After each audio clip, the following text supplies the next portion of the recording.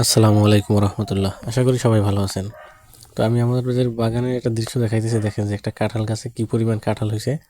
এখানে কিন্তু আমাদের কোনো ইনভেস্ট করা লাগে না। দেখেন এখানে আছে 3 পিস।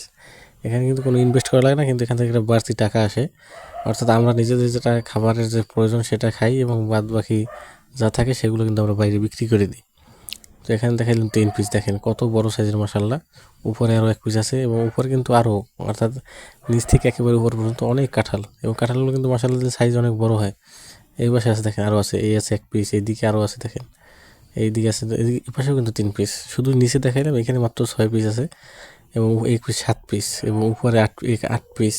উপরে দেখেন আরও বড় বড় কাঁঠাল আছে, এবং আস্তে আস্তে বড় হয়ে যাচ্ছে। এক একটা যদি পার পিস যদি 50 টাকা হিসেব করি, তাহলে যদি 20 পিস কাঁঠাল হয়, তাও কিন্তু এখানে 1000 টাকা আছে। ওটা সাপোজ উদাহরণ বুঝাইলাম, তো ওটা টাকার হিসাবে না, বাট দেখাইলাম যে আমাদের নিজেদের গাছের কাঁঠালগুলো। তো এটা মানে অযথা জায়গা না ফেলাই রেখে আপনারা চাইলে কাঁঠাল গাছ লাগাইতে পারেন, আম গাছ লাগাইতে পারেন, লিচু গাছ লাগাইতে পারেন, যেটা আসলে নিজেদের চাহিদা মিটবে আর কি।